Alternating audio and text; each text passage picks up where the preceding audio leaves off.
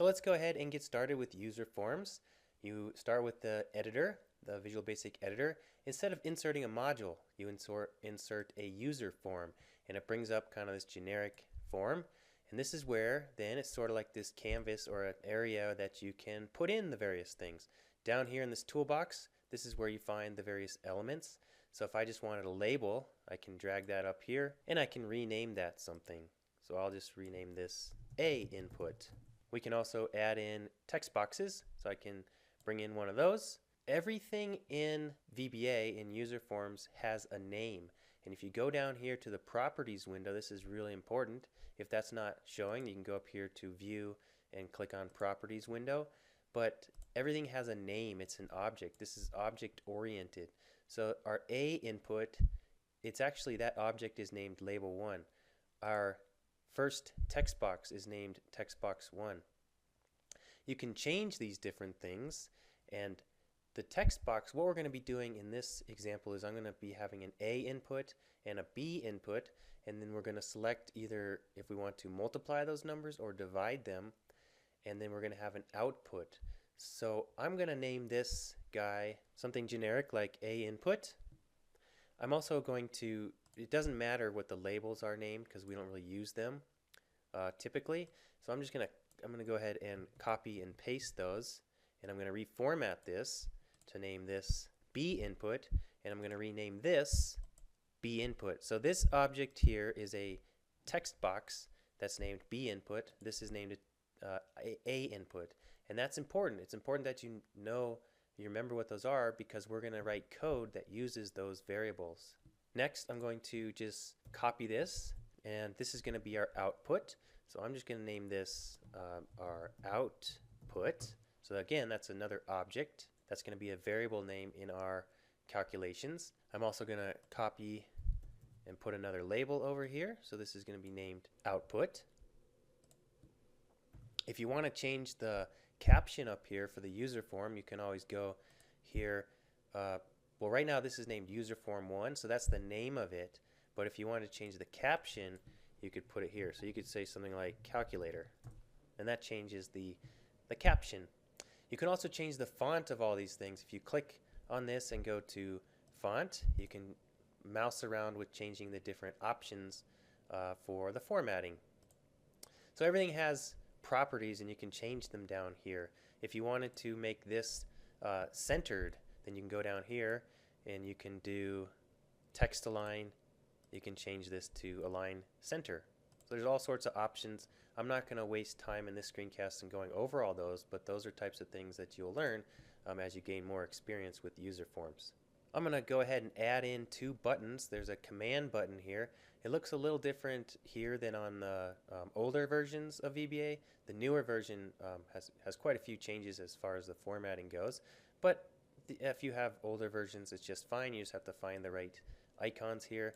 So I'm going to put a command button there and a command button here. I'm going to change the labels on here. So I've named this one reset and this one calculate. So I'm going to kind of pull these down a little bit. There's one more thing that we're going to do, and let me just format this, bring this up a tiny bit. I'm going to add in something known as a frame, and I'll explain what a frame is here in a minute, but I'm going to add a frame in there, and I'm just going to delete the caption here. So we just have a frame, and I'm going to add 2 option buttons, also known as radio buttons. Now option buttons, if they're placed inside of a frame, then only one of them can be selected at any one time. So I've just changed the name to multiply, divide. I'm not going to spend too much time changing around the format. You really have to spend a lot of time kind of formatting everything.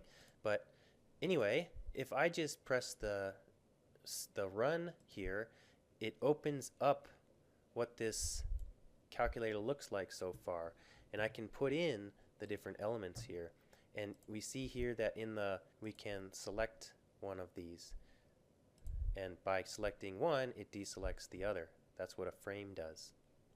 Right now though, it doesn't do anything, so I'm just going to go ahead and close this, and we're going to work on putting code behind the reset button and the calculate button.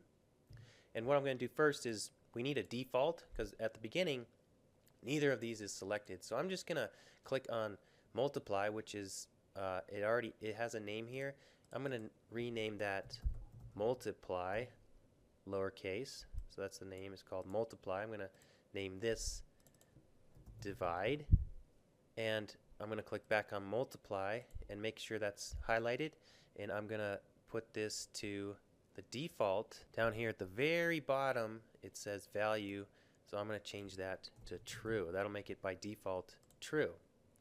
So now if I press the run, you see that by default it's true, and then I can deselect it that way. So whenever we run this, we're automatically going to have that toggled to begin with.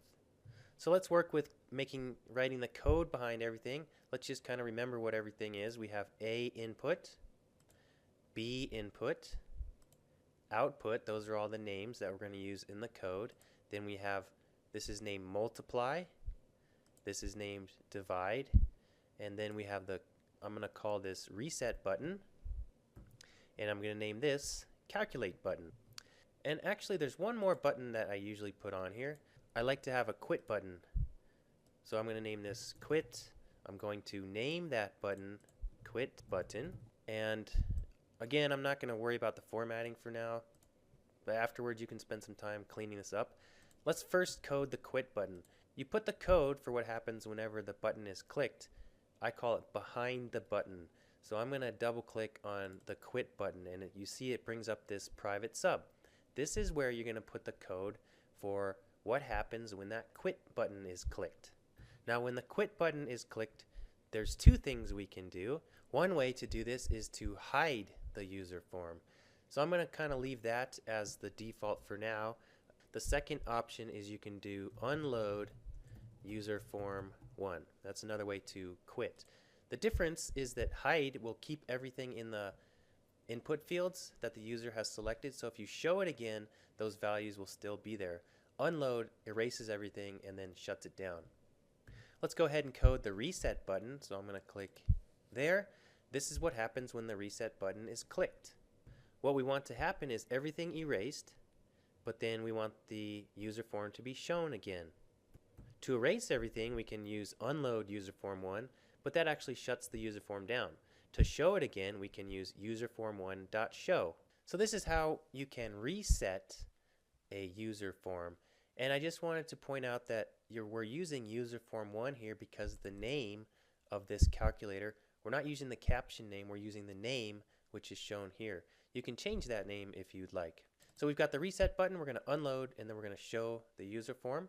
Now the last button we need to code is this calculate button. And the calculate button is going to depend upon if we have multiply selected, and radio buttons are Booleans, so they're either true or false, or if we have divide selected.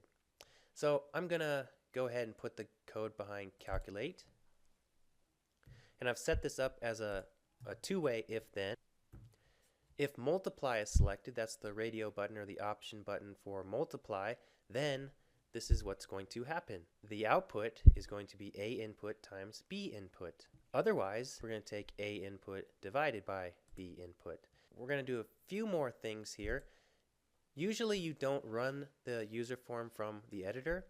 Instead, what you do is you create a module that's going to open up the user form. So I'm going to insert a typical module. I like to call it something like run form, and it simply is just going to show the user form. So that's how then we can, if I run this, I'm going to press F5, it opens up that form. What I also like to do is add an event handler, and that is in this workbook. So I'm going to click workbook.